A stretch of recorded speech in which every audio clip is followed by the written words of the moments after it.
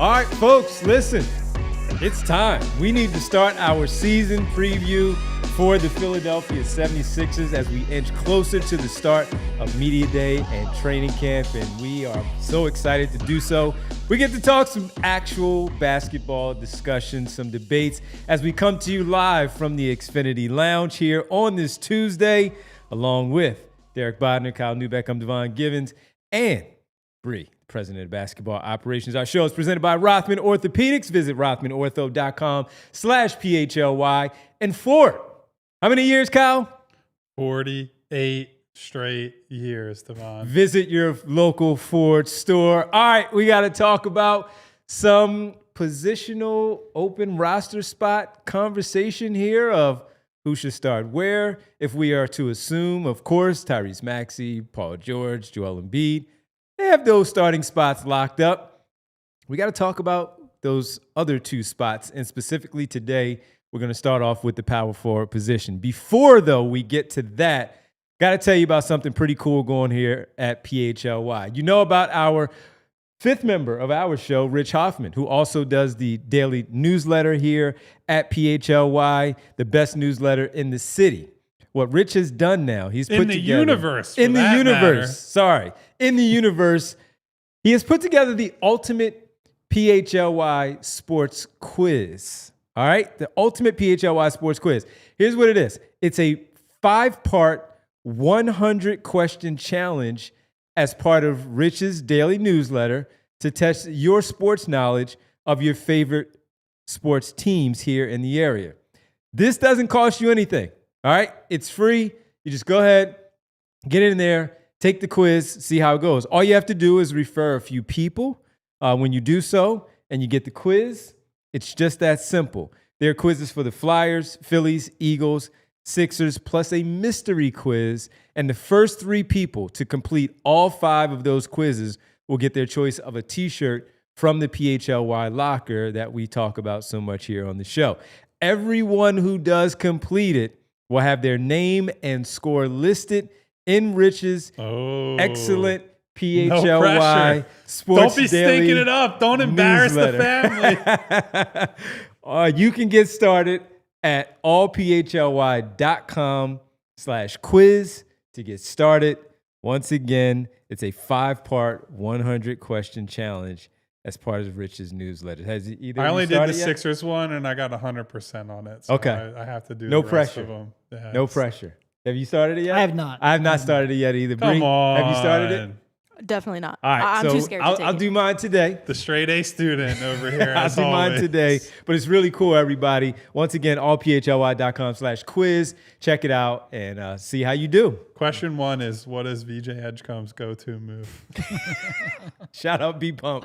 As we The start pump things man, off. where you at? I'm sure he's got some thoughts on this question, Derek, as we start things off here discussing. We begin our profile of the season, our preview, if you will, of how things are going to look. We want to have some things today, tomorrow, all through this week and next week as well. Then we'll get into Media Day, training camp, et cetera. They have a preseason game on October 2nd against the New York Knicks in Abu Dhabi as part of the NBA games across the water. So the question, though, is who should the starting 4 be for the Philadelphia 76ers? And the 2 obvious candidates to start, unless everybody else wants to throw someone else in there, are Paul George, who occupied that position a year ago, and newly signed in the offseason to a 2-year deal, Trendon Watford. Those are the 2 to start. So I can throw in Andre Drummond.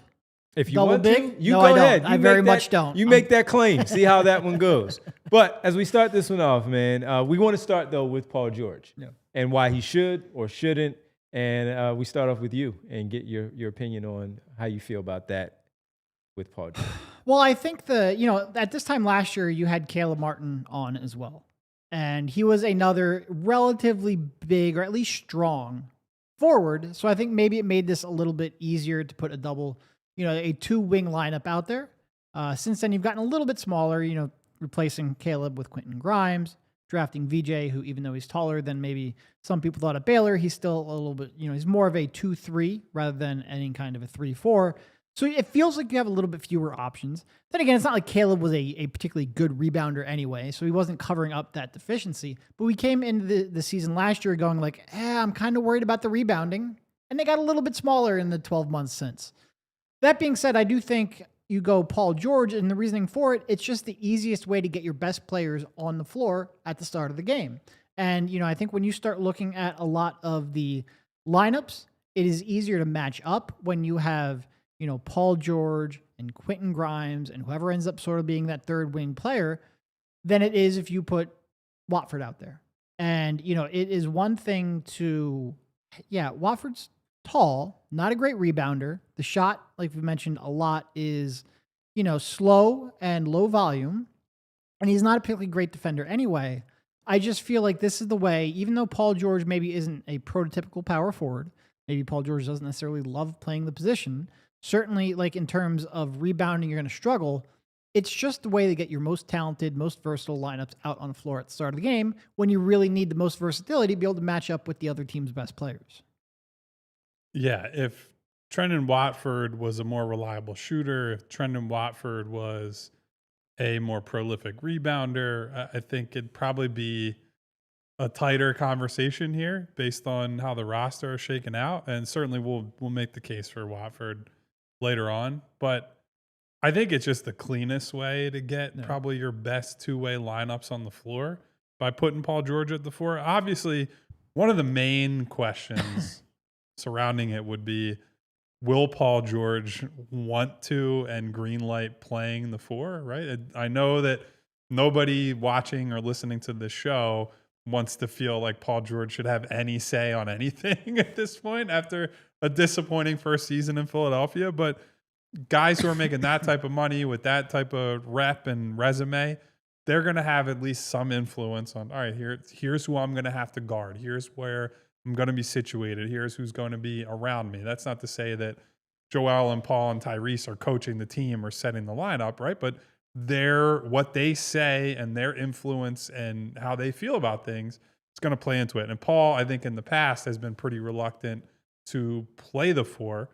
I would say if he's had concerns or pushback on it in the past, though, everybody watching the NBA knows this is not 20 years ago. This is not 30 years ago, even 10, 15 years ago. There just aren't a ton of real deal power forwards in the league, right? Like there are a few guys that you think you hear their name and you think of that classic mold of that guy's just physically strong, 6'8" to 6'10", is going to throw you around on the glass and get a lot of rebounds. Like a Julius Randle comes to mind. Yeah. And even Towns. Towns is like a 2-position front court guy. Just because of what the league is. But you think of power forward, Julius Randle, Giannis a guy like that. but even he's a point. He's just like he's the Greek freak. So he's in his own category. But there are not lots of guys, at least that are starting caliber or top 6-7 rotation caliber, that fit into that old school mold of this is a power forward. And so playing Paul at the 4, although there are real concerns there because of their lack of rebounding, because they're just not that big overall, sticking him there is not really going to get punished all that much against a lot of teams. Like there's nobody that's going to just say, hey, we're dumping it into this guy in the post and we're going to attack Paul George because he's playing the 4, right? The problem what you would run into is more about the lineup wide and the team wide skill set, right? Where they don't have plus rebounders at most positions.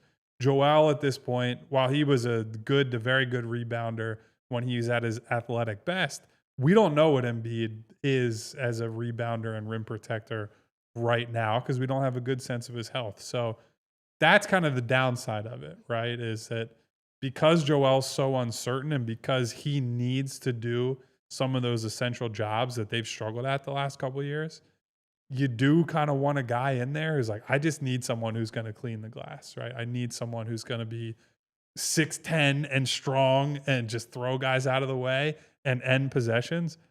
But I don't think they really have that guy on the roster, right? No. Maybe Jabari Walker, but I don't think he's really in a realistic battle to try to, maybe he makes the rotation, but I don't think he's in consideration for this type of thing. So Paul George is the default. And offensively, I think it works pretty well. Sure. Yeah. I mean, part of it is just simply who also fits best with Joel Embiid when you throw out your best five to start the game. Maybe that's the closing lineup as well. That guy's out there. And that is Paul George. It's funny because as you were talking, Kyle, it made me think back to when we were discussing things with the NBA draft and previewing all those players. And certainly they get the number 3 pick, and we went through so many different prospects. It made me immediately think of when you were talking about CMB and how they can't rebound. Right. They can't do all that's this. That's a power forward, right? Right. They can't do all these things. Maybe a center, but if they got highlights the point. If they traded back, or maybe if they did land that 6 and didn't get bumped out, of course, staying in that top 7 there of what they did, would that be an answer to the question that's a little more easier where Paul George just simply slides over, and he maybe even would have loved that, where he can just slide over to his natural position at the 3. But when he signed here, he also knew what he was getting himself into based on roster construction. Same thing even with Caleb Martin on the roster. Derek, you said 2 wings. It's 3 of them because Kelly Oubre was already out there with them as well. And now it's the same problem. They did not really, they addressed it, but they didn't address it really in the starting role until we discussed a little bit more about Trendon Watford and what we think. But it's more by default that Paul George is going to be back at that power forward position. And it's okay because in today's game, unless you're playing against the Oklahoma City Thunder with those 2 in their front court, the 2 double bigs that they have, or to your point, if it's Karl Anthony Towns and Mitchell Robinson on the floor at once, or Julius Randle, and even with Julius Randle, yeah, he can punish you on the low block, but he also wants to dance on the perimeter a bit too, where he's giving Paul George a bit of an out, if that's the defensive matchup in that particular case. But because of the flow of the offense of what you want it to be, with him being a scorer and being a better shooter than he was a season ago, playing off of Joel Embiid, having the knowledge that he has as that player that can play anywhere in the front court next to, you hope, an elite big man that Joel Embiid is when he gets back out there on the floor, that he makes up for a lot of what they lack in that size. Now, if they don't correct their rebounding, that's something that they're going to have to continue to just hear about, because it's a team thing. You don't have elite rebounding on the floor. Everybody has to gang rebound and crash the glass and make sure that they corral those loose basketballs that bounce off the rim, or don't give the New York Knicks the opportunities that they do to sneak in there and get those possessions. It's the effort. Whether you want to be out there or not at that position, it's the effort, and it's what you have to do. He's the best player. He's the best front court player that's not named Joel Embiid. He is most likely going to be the one at the 4, and it makes the most sense. I think for right now, with how we see things, it makes the most sense for Paul George to occupy that position once again in year number 2 in his Sixers tenure. Well, and here's the counterpoint to all that, right? They've done this whole rebound by committee and, if this guy chips in here and this guy chips in there, and we'll just be a versatile, switchable team. They've done a version of that, and it didn't work out too well. Now, the obvious caveat there is that Joel's not been healthy. Paul wasn't healthy last year. Mm-hmm. Caleb Martin wasn't healthy for most of the first. So we didn't even really get a fair look at, here are a few wings on the floor. How does that look next to Joel Embiid and between the bookends of Joel Embiid and Tyrese Maxey, right? None of us can sit here and say there was a long and reasonable look at whether that type of lineup would succeed in 2025, 2026, whatever. But there's still you're going to have to prove to people that style of lineup can work, because the only thing that we've seen happen when they've done it is fail, right? It is failure. And as Paul George gets older, that means he's probably going to be a little bit slower. He's going to be less explosive. That's going to make it harder to get the rebounds. That then puts more pressure on, a Kelly Oubre, a Quentin Grimes, even a Tyrese Maxey to aggressively hunt for rebounds. And they all should, they should be gang rebounding, right? They should be taking time and having attention to detail to end possessions, because it has been such a problem.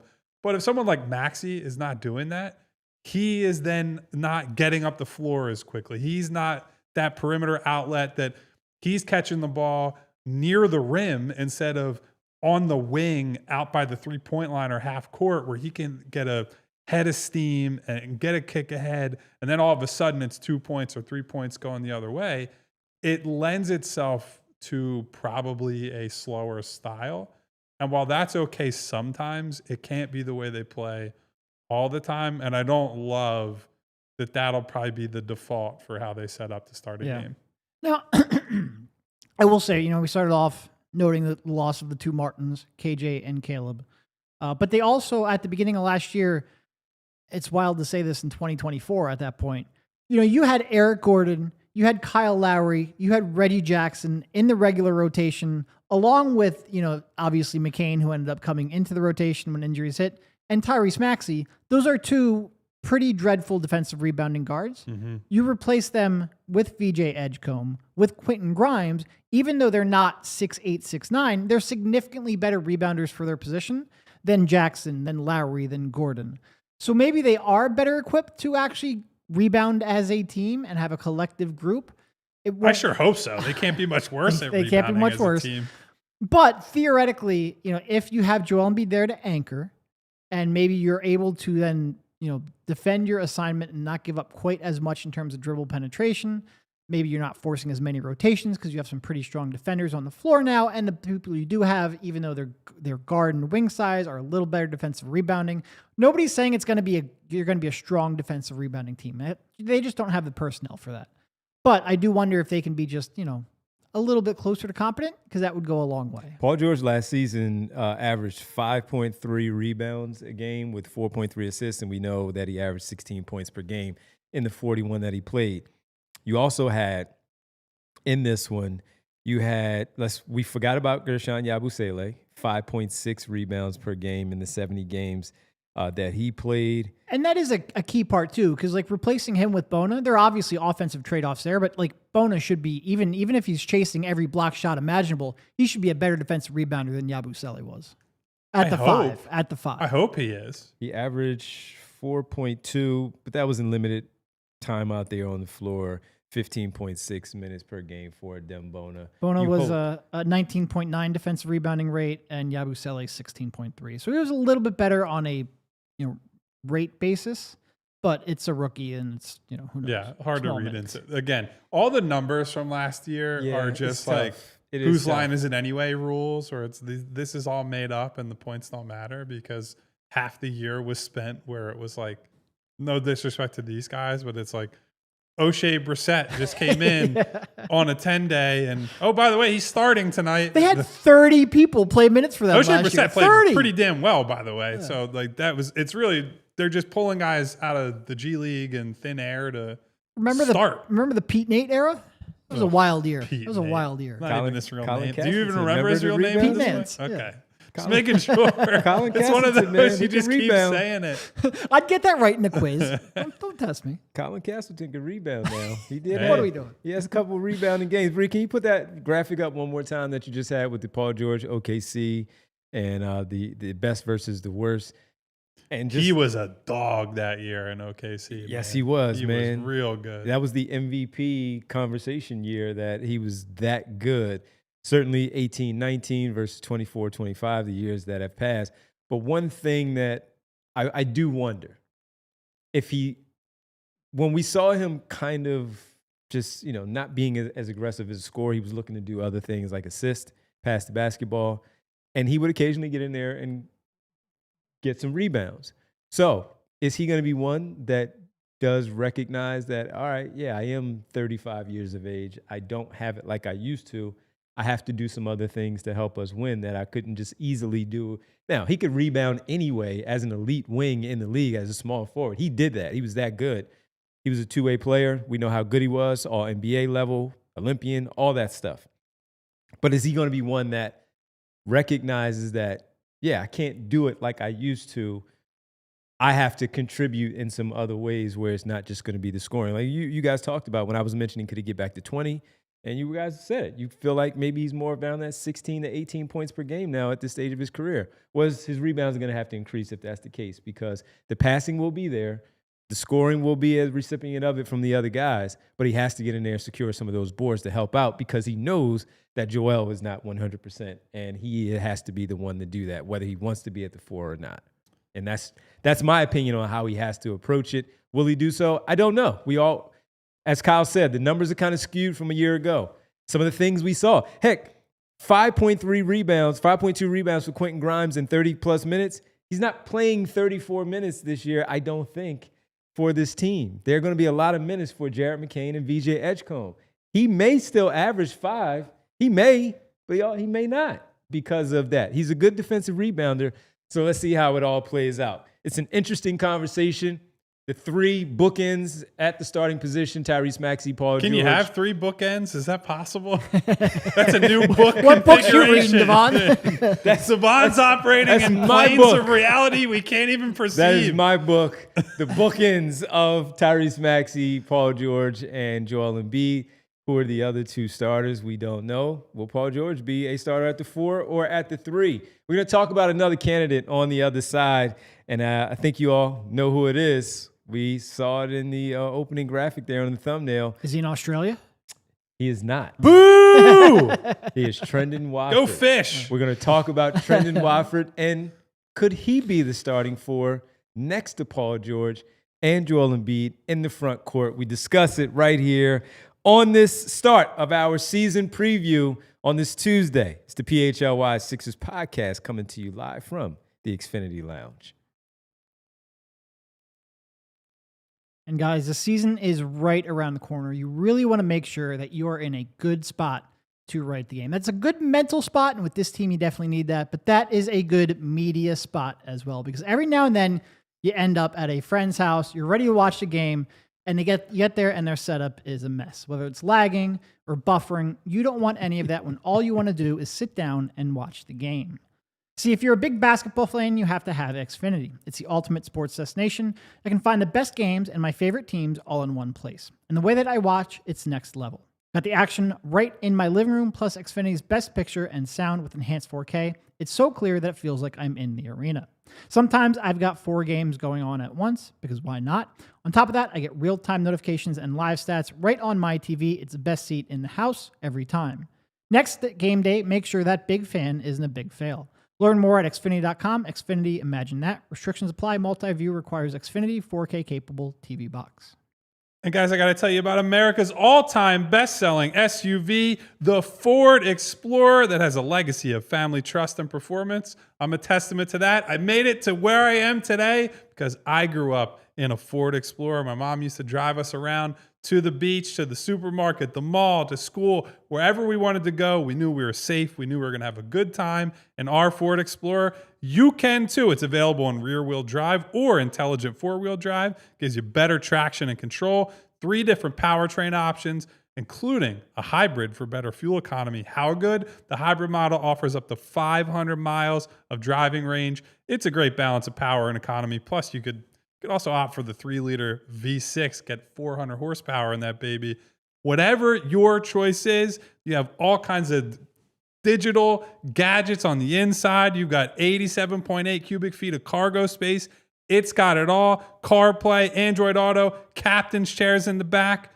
It has everything. It's built for family and adventure. For more information, visit your local Ford store. Welcome back to the PHLY Sixers podcast here, presented by Ford, of course, and our good folks from Rothman Orthopedics. Every time you bring up the the horsepower, I can't help but think of 2 Chainz when he talks about the horsepower. Oh, this all the polo one, I got shirts. horsepower. Yeah. I can't say the polo part. They don't give us any. Well, we just did. So there's that. So, There's a great meme for that. It's like someone shouting at their child, "Oh, this polo one, I got horsepower." I got to see if I can find that. all right, cool. All right, we got to tell you, though, before we get to the next possible starter at the 4 position, that is our good friends from the Big Brothers Big Sisters. It's the month of giving, everyone. We've been asking you to give since the beginning of the month, and we want to continue to do so, celebrating BBBS month. We talked about signing up to become a big. We still want you to do that, but we also want to continue to ask so we can get some of those donations in there and help out for the cause that we know is just a great cause overall for helping out the youth the young people that need some guidance, some help in their lives. And the Big Brothers, Big Sisters, they have been fantastic for 120 years with the mentor movement that has persisted all that time. During this month, we celebrate the matches at every stage, joining the mentorship movement with the BBBS month and helping to create more moments of impact that will last a lifetime. So you can support by going to bbbs.org and making a donation there, or you can just simply go here on our YouTube page during the show, make it very easy for you. Scroll down and you'll see a box there that has everything that you need, including the blue button that says donate. We've been trying to reach 50,000 for this month. We're a little behind, so we're asking anybody, everybody, for what you can donate. If you can, anything helps for this great cause. So once again, bbbs.org to help out with this great mentorship movement that BBBS, the Big Brothers Big Sisters, has been so significant as the thought leader in mentorship for many, many years, and it continues to evolve in its impact and its significance. Please go sign up, bbbs.org, donate as well, and we greatly appreciate it here at PHLY. All right, let's get to the next candidate, Kyle, for the starting position. Go. Horsepower. That's right. Dad, what are you? I love that. Shout out to 2 Chainz, man. Shout out to 2 Chainz on that one. Yes. Thank you. A couple donations coming in, by the way, for Big Brothers, Big Sisters. We appreciate that. I assume it was because of the meme and not Devon's passionate pitch. Show the meme again then and get more in there. We really appreciate it. All right, Kyle, the other candidate, Trendon Watford. Bree had put the graphic up a little bit earlier. Just of the measurements of the two guys, 6'8", I believe 237 for Trendon Watford, 5 years in the league now, signing a 2-year deal. And for the first time, really, outside of his early Portland days where he didn't play as much, but he played a little bit, not an integral part though. One playoff season with the Brooklyn Nets and a different opportunity here for him though, which we've talked about a lot since his signing with the Sixers, of what it could look like, what his role could be. Is it off the bench? Is it in a starting role? And in this case, could it be in the starting role at the 4? What would it look like? How successful could they be? Well, do you think the future could be bright for? I think so. For Trendon Watford, Devon? Let's make Perhaps the future's so bright that it's presented by Shady Rays. Shady Rays. Future's bright. Shady Rays. Potentially. The future is bright for Trendon Watford. We hope. I know there are a lot of. I know Hedfa, one of our regular listeners, our diehard supporters, is a big, big believer in Trendon Watford, and I feel like the Arrested Development scene where he's like, there are dozens of us. Trendon Watford, the difficulty with projecting him is just that. It's the projection, right? Because in Brooklyn, he did get to play the point forward, ball in his hands, run the offense type of role. That's been his MO his whole career, dating back to LSU, even early on in Portland, right? That part of the tricky part about those limited minutes where he's with Dame Lillard is Dame's going to have the ball. So, what value do you provide to a team? So there's a little bit of that here, right? He comes in and Maxi's the guy. Joel Embiid's going to get lots of touches. Paul George is going to get his touches. You're developing McCain. You're developing Edgecombe. Where do you find the opportunities for Watford to be his best self individually? And how does that project to this makes the team better? Because he is not for, a power forward or a guy who's power forward sized. He is not an elite rebounder. He is not a stretch 4, right? Like he's improved as a shooter, but he is a little bit slow and reluctant to shoot still. How does all that fit? The way he fits and the case for him to play at the 4 is that he's just a smart basketball player, right? He makes good floor reads. He has a good understanding of positioning. He's not the greatest athlete in the world, but he'll make the right rotations. He'll be smart and intentional about where he places himself within a series of offensive plays. And you try to zoom out and you say, all right, if he's not going to be on the ball, how do we weaponize this guy's skill set? And at the 4, where you use him more as the ball screener with a Maxey, with a McCain, with an Edgecombe, we've talked a lot. Hey, maybe this guy will be more of a short role playmaker. Maybe this guy can be someone who adds a plus decision maker to the lineup. And I do think he is a plus decision maker. That's something they just didn't have many of last year, right? They might have had 1 or 2 of those guys or 1.5 of those guys. You talking about short roll guys or plus decision makers? Plus decision makers.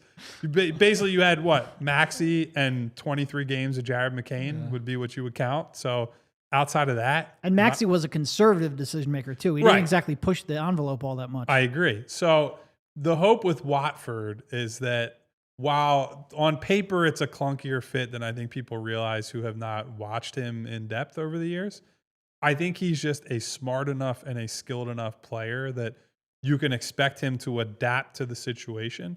And I think I've said it all summer. Now it's almost not summer anymore, which is Derek I know Derek is very sad left. about in his plaid shirt over there. He's putting on the long sleeves.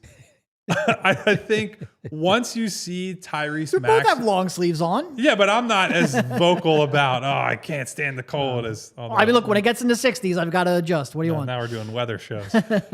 When Tyrese Maxey gets trapped, when Jared McCain gets trapped, if teams throw pressure at Edgecombe, Watford is going to be this really great release valve for the offense where you can trust him to make a good pass, trust him to drive to the basket. Like that's where his value is going to come. I just don't know that that's starting lineup, right? That might be more valuable on the second unit as some of the stars come out and they need more of the, hey, you're going to lift guys up on the bench.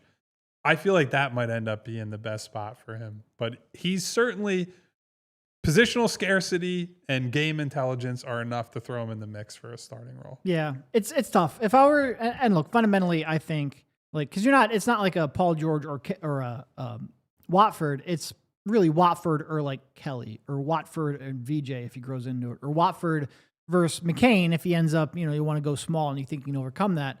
And fundamentally, I just think all three of those are better players than Watford at this stage. So like I am not going to make the case that Watford should start because I don't think he should. I think Paul George should be the starting 4, and then you fill that last spot in with one of those 3 that I just mentioned. But if you were to make the case, because I agree with Kyle, like I think Watford at his core is a positive decision maker. The question is, how do you leverage that to create opportunities for others?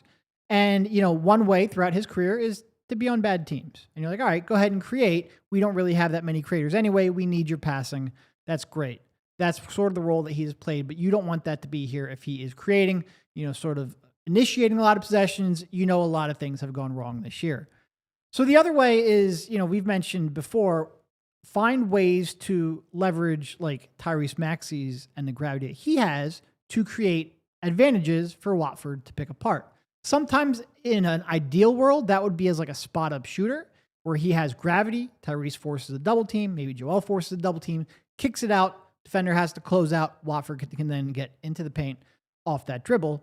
That's not really what Watford is though. Like he shoots so deliberately and so low volume, people are just not going to close out of control. So I think what Kyle brought up there with sort of, allowing him to be a short roll guy is one of those ways where you can leverage like Tyrese's gravity or maybe McCain's gravity, get a rotation, get somebody helping off of him just a little bit so then he can catch the ball, go, get downhill and make decisions out of that. Because I do think fundamentally that decision-making is a real threat. He just doesn't really have, the foot speed to be a primary creator, doesn't have the spot-up shooting threat to be an off-ball catch-and-shoot guy, so you've got to find creative ways to get him on the move. The thing that always stands out to me, and I know it's one of his close friends, they've known each other for a long time, is Tyrese Maxey simply saying, we have not had a player like this on our team, and we missed that last year. Which, by the way, you should not have, like Kyle's point, what do they have, like 1.5 positive decision makers? You should not be making that kind of comment. Like, it really would be nice if somebody that could actually create was a reliable decision maker. Right. And I think they got like Maxey and McCain as a start. I think VJ could be. I agree. Yeah, but you can't take it for granted is more the point. But my pushback too with that one was, well, Paul George is right there. He's a much better version of what Trendon Watford does. He's just not as slow and all of that stuff we know with the discussion that we're having here. But with all that, with the short roll, with him not exclusively handling the basketball like he did in Brooklyn and sometimes with those lineups in Portland, it is going to be something that, as we've talked about, you cannot have too many ball handlers out there on the floor. The issue with him, he doesn't shoot as well. But can he, like you said, leverage those things that he does, those push shots when he does get into the middle of the paint, those floaters, those runners, those push shots that he makes and makes at a pretty good level, pretty good clip overall that we've seen with both Brooklyn and specifically Brooklyn, but also in his earlier days with the Portland Trailblazers, those things matter because we saw last year that, yes, they could score, but they weren't really that good at scoring. And you need people to be able to make some of those intermediate shots. They knew who he was when they signed him with the fact that he can play on ball, do those things in the middle of the floor to get some of those shots to knock down there, but also finding and kicking on the perimeter behind the three-point line, seeing those guys cutting backdoor for some of those bounce passes that can be an easy layup or finish there at the rim. Those are the type of things. Snatching a rebound, as we just talked about, getting it off the glass and pushing and going where you don't necessarily have to look for that guard to be the outlet where you can start that break, you can initiate that break. Hitting those two, or it could be a trail man where you could find him as well. His ball handling is so good that you don't have to worry about him in the open floor. We're like, get the ball out of that guy's hands. That's not him. He can do those things. So his role, though, is, I think, coming off the bench. Like Derek and Kyle pointed out, his best role is going to be coming off the bench and being a big part of that second unit. Whoever is going to be the leader of that second unit, that will play itself out. That will show itself out in time. But it is a good problem to have him, Edgecombe, we think, McCain possibly, coming off the bench, or Quentin Grimes, whoever you feel like might be the starting two on this basketball team. And we will get to that discussion another day, perhaps. Yes, we will. And with it, that's a pretty good three to come off the bench immediately to help out with those things that they sorely missed a year ago that Tyrese Maxey talked about, but sorely missed a year ago, all bottled up in three positions right there. You can look at it as you got a point guard, a shooting guard, and a three-man or a four-man right there. You just fill in the other spots coming off the bench with those, or the mixing and matching it of all. Now, defensively, could be a problem because he is slow-footed. He is not all that great. He's going to get caught in cross matches. They're going to hunt him down. Even though he has good positional size, they feel like they can put the ball on the floor and get by him. That will be a challenge for Trendon Watford. But still a good signing that they had this offseason. Tyrese Maxey keeps talking him up. He's been in the gym, which is good with those guys in Camden, and I want to see how it plays. He's one of the more intriguing players of this offseason 100%. that I want to see how Nick Nurse includes him into the mix with this basketball team. Yeah, and adding on to some of what you said, Devon, like as a grab-and-go guy, he's someone that can lead a break himself, right? And so circling back to what was said about if Maxey has to help gang rebound, that slows him down. If Watford can be a good enough defensive rebounder to help alleviate the concerns there, that allows the Maxies, the McCains, the Edgecombes to get that early jump, to get up the floor. Watford can push it, the first 8 to 10 feet, and then, hey, just a quick hit ahead. If teams are flaring out to cover Maxey and McCain out on the wings, well, Watford has a competent enough handle and the ability to get to the basket, can play through contact, score at the rim in transition. So that's nice there. It really, for me, comes down to if he improves as a rebounder. And last year was actually a down year for him there in terms of the rate stuff, which coincided with him taking on more offensive responsibility. So that could be part of it. I would be more inclined to think Trendon Watford coming here and understanding, like, I'm on a minimum, but I'm with a team that it's a higher profile team. It's, I have veteran help around. I have Joel Embiid, Maxey, Paul George, probably Quentin Grimes. Like, I have these guys who can score and do other stuff. If I come in and I commit myself to rebounding, I commit myself to the little things, that I can make more money. I can, keep getting these contracts and, stack it up, stack it up, stack it up. I'm more inclined to think he will lock in with that type of mindset than 35-year-old Paul George is all of a sudden going to like, hey, I'm sacrificing my scoring and I'm all of a sudden going to be, 2019 Paul George, who was a much better athlete, who was able to impact the game in more ways more often. I could see that happening with Watford. Do I think it's the most realistic thing?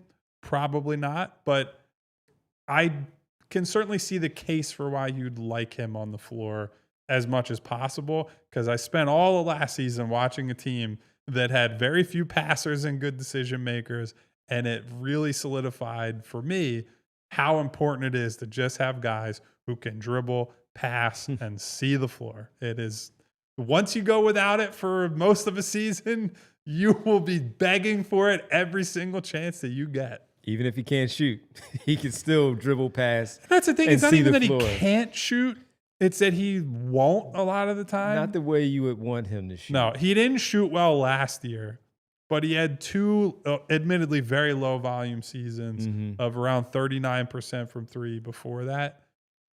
He knows that that's the key to his future, right? I think if anyone around him has any sense, they're probably telling him, get up 1,000 jumpers a day in the offseason, quicken up the release, just be in the mindset of I have to shoot more, because that's ultimately probably going to be what makes or breaks his NBA career. Yeah. The other thing, too, that you just brought up, going off of, once again, the transition off of the rebounds, if he rebounds, but he also has those guys already ahead, how we talk about that kick ahead to get that break started, and you can fill in that gap. You can fill in that lane by getting the ball. Now, he's not really catching Tyrese Maxey. No.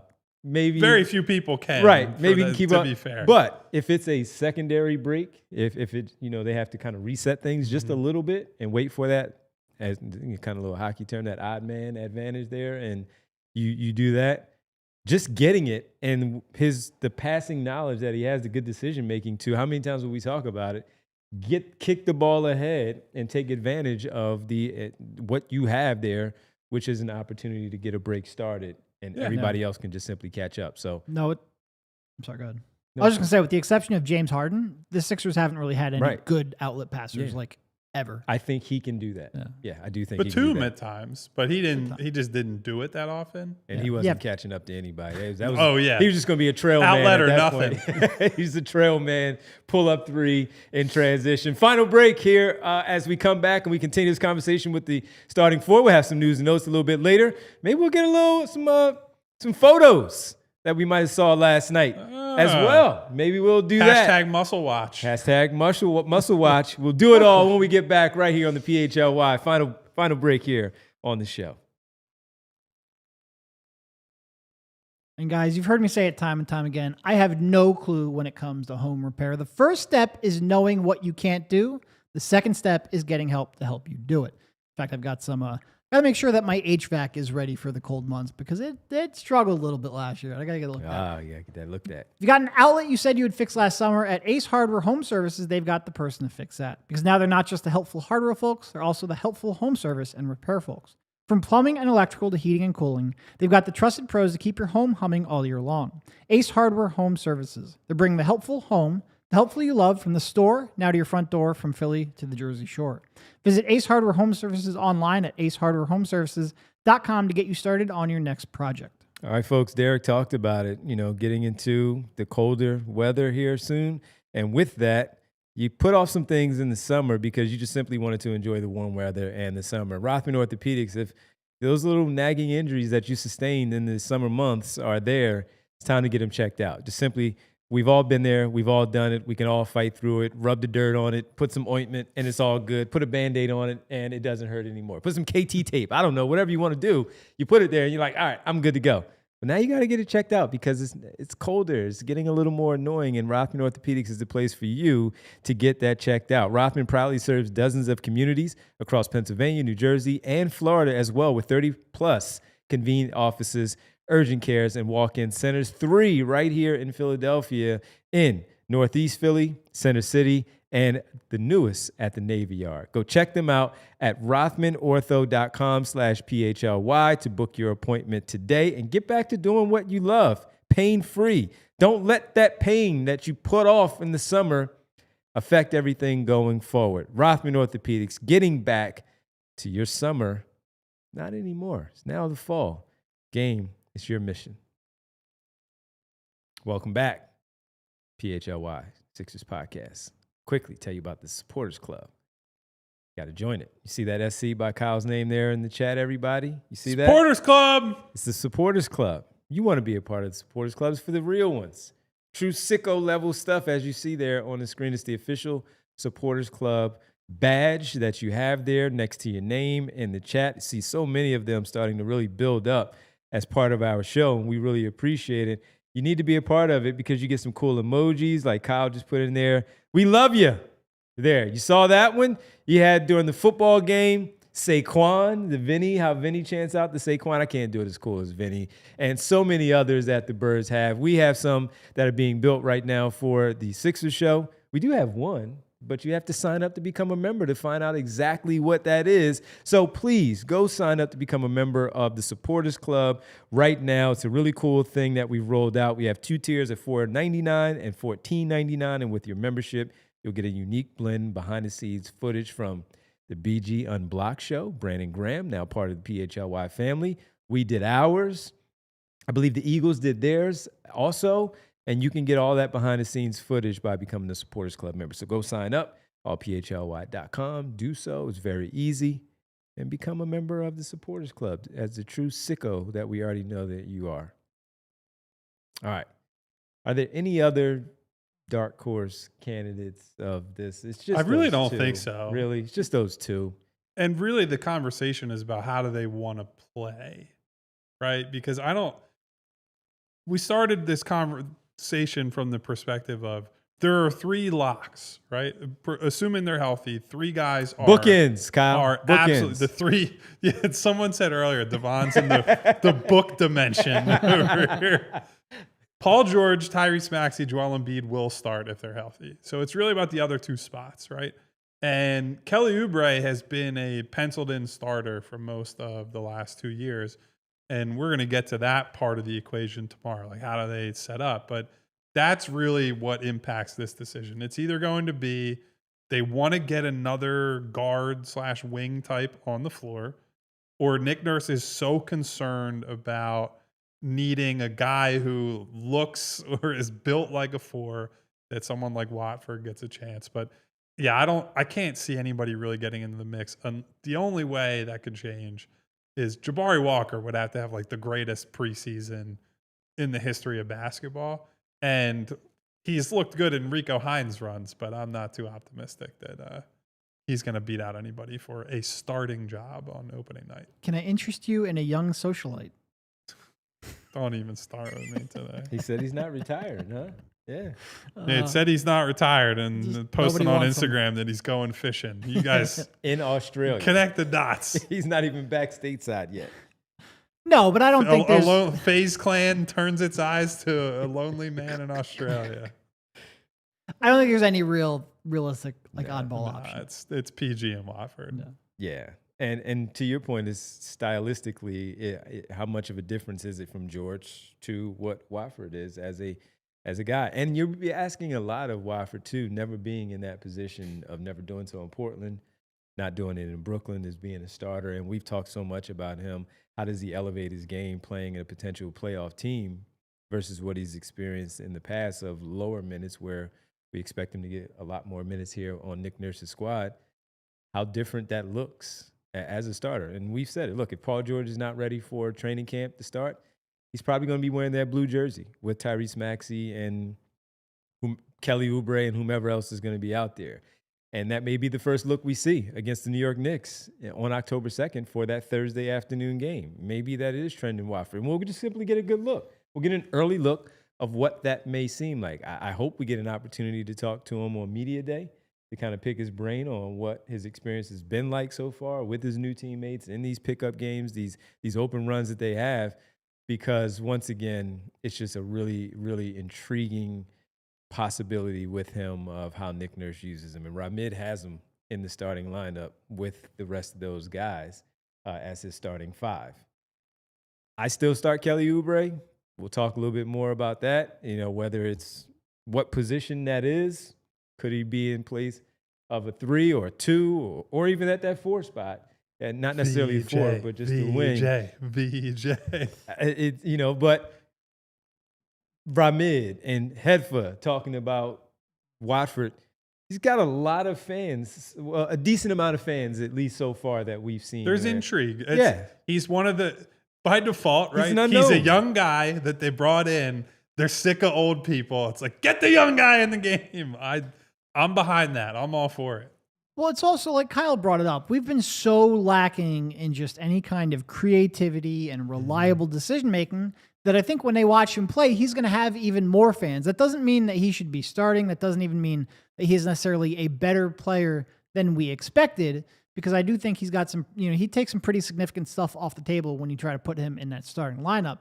But I think it's just going to be so refreshing of like, oh, so this is what like good, creative passing basketball looks like. Gosh, we haven't had much of this at all. Nick Batum with his style of play.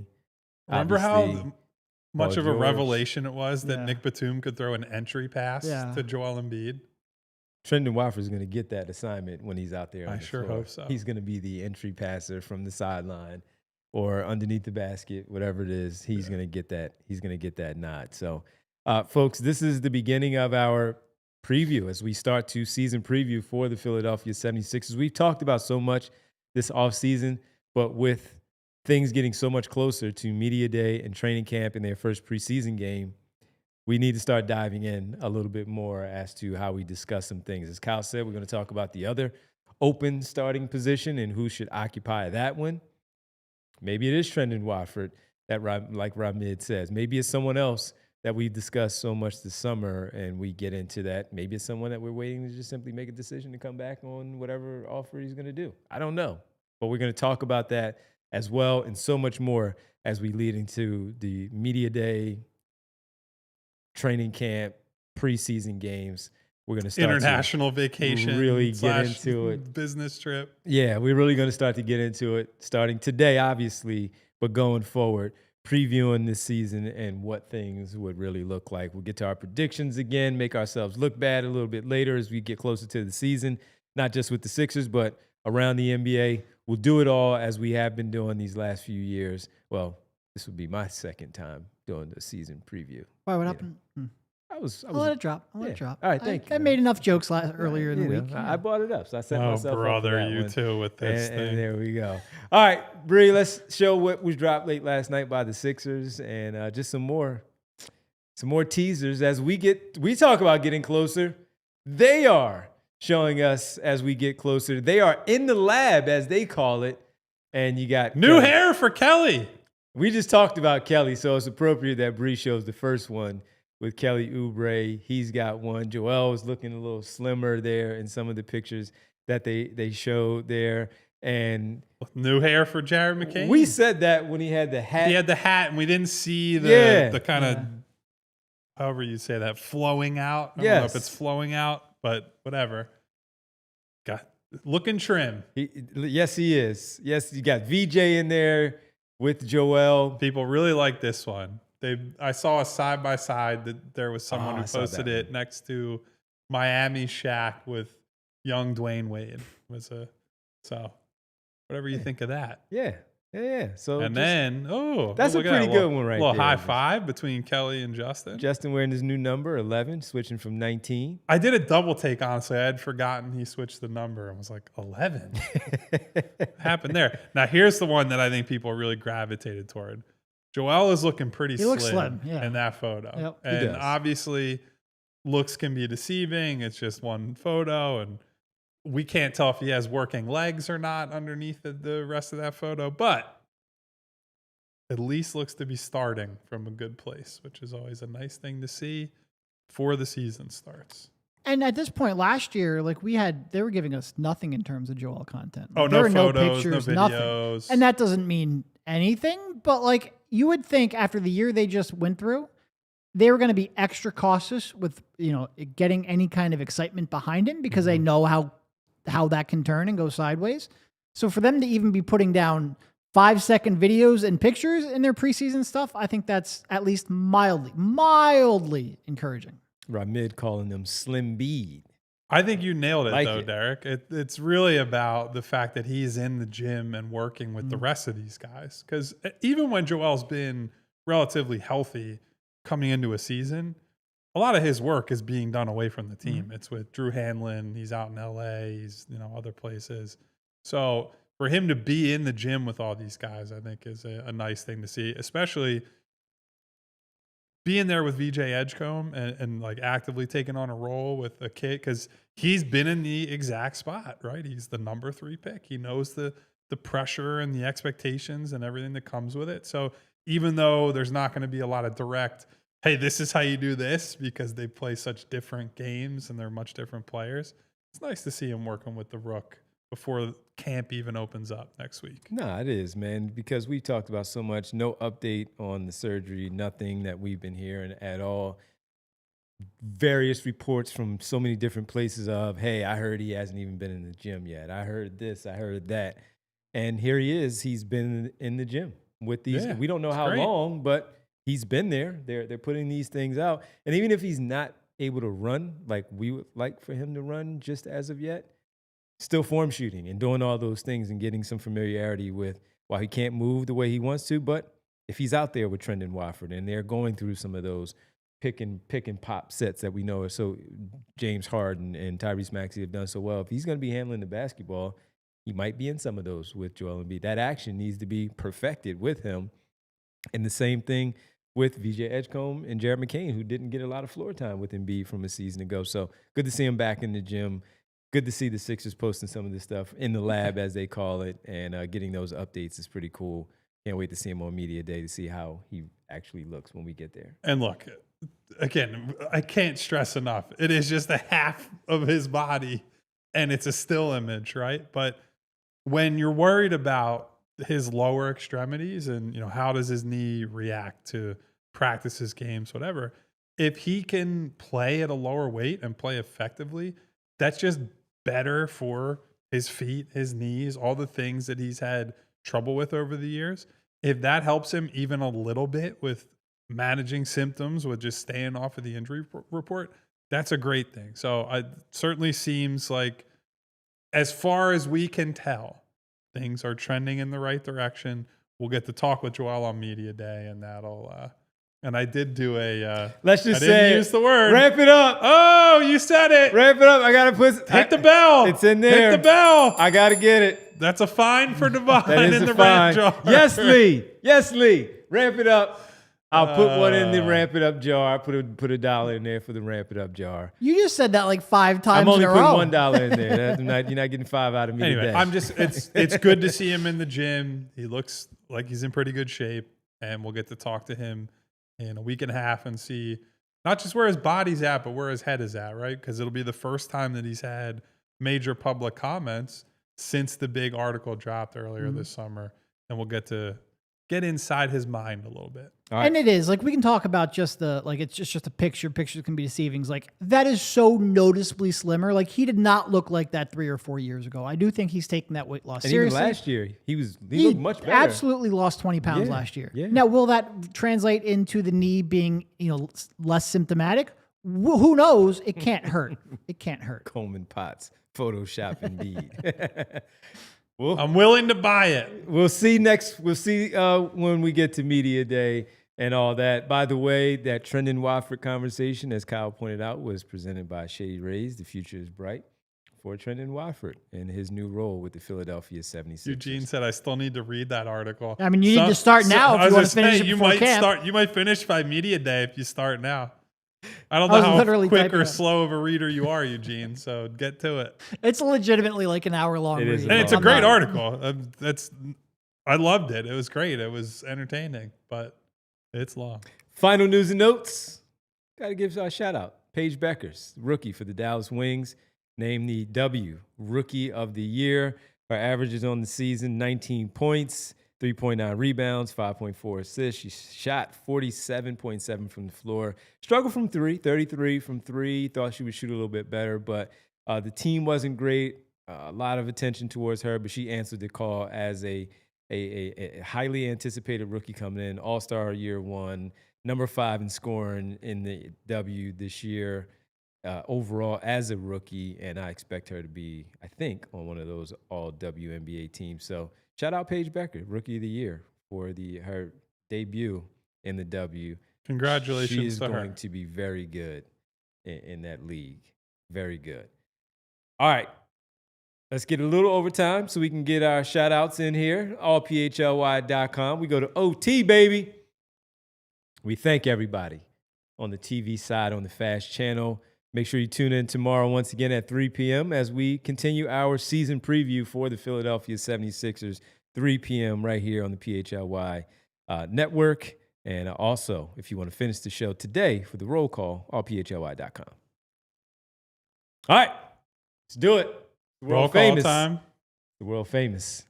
It's the roll call. Do you want an outtake to open roll call today? So I've been trying to be better about writing some names down from early in the chat. Yeah. So the people who check in early and can't stay for whatever reason still get their due. So most of the people, I got their names down fine. I very clearly got auto-corrected on one. So one of the names is Smoggy. And I know with like 90% certainty there was no one named Smoggy in the chat. It's my guy. There we go. Yeah. Perfect. Smy Guy, you somehow got changed to Smoggy by autocorrect. So shout out to you, Smy Guy, a regular listener of the show and one of our good pals around here for checking in and making us all laugh to start the roll call. Thank you to everybody, as always, for hanging out with us. Like Theo, like Brian Knight. What up, B Knight? JS. Theo. Jesse Bond. Rob T. What up, Jesse? SB Cole. Ramid. Mid. Say what? Say what? Doug Craig. Elaine Bruno. Habib. What up, Sal. Habib? Of course, Mom's grandchildren. Hello to Mom. Irish Saxman. Thanks for not autocorrecting that one. Played saxophone. MacBook. Saxophone. Aaron, Jay Wright, Birdo Clips, Yams. What up, Birdo Clips? Jay the Jungle, Dave P, Liam Stevens, Lee Nguyen. What up, Lee? My girl Nona, Eugene Ross, Coleman Potts. What up, Gene? Provolone John. Yes. Coming in at the end saying that's ducking bananas. You got that right. Smy Guy, you do not need to change your name. I just thought it was funny enough to share with the rest of you. We also had a guy whose name I won't repeat, whose only comment ever in here is, no one cares about the Sixers. And he wants to make sure that he comes in and lets everyone know that he doesn't care about the Sixers. But you were here, so but you were here. So thank you for the comment and the view. For the Sixers show. I'm sure you stuck around for a little bit longer than you would like people to believe. Thank you to everybody who saw it through to the end or just popped in for, a little bit of the show today. Thank you to all of you. Please, on the way out, hit the subscribe button. Hit the bell icon so you get notifications each and every time we go live. And hit the thumbs up button to say thank you to super producer Bree. What would be even better, send a donation to Big Brothers and Big Sisters on your way out. Yes. We're trying to reach that big goal. Yes. We need your help. That would be super meaningful to all of us. We will be back again tomorrow at 3 p.m. to keep previewing the season, keep marching closer to Media Day, training camp, and all the good stuff. We'll see you then. Until then, take care of yourselves. Be safe. Goodbye. See ya. We all silly like the mayor.